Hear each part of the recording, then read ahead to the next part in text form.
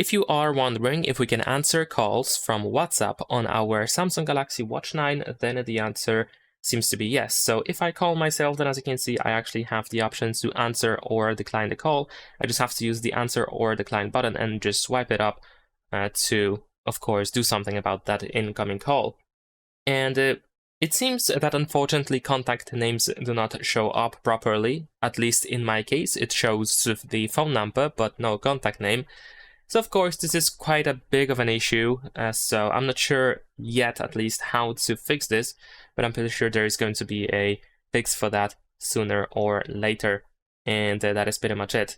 Now, actually, in addition to that, I also have the WhatsApp app installed on my smartwatch, so in case you cannot answer WhatsApp calls, you might need to download the WhatsApp messaging app on your smartwatch to be able to, of course, get those calls and to be able to answer or reject them. And that's pretty much it. Leave a like and subscribe.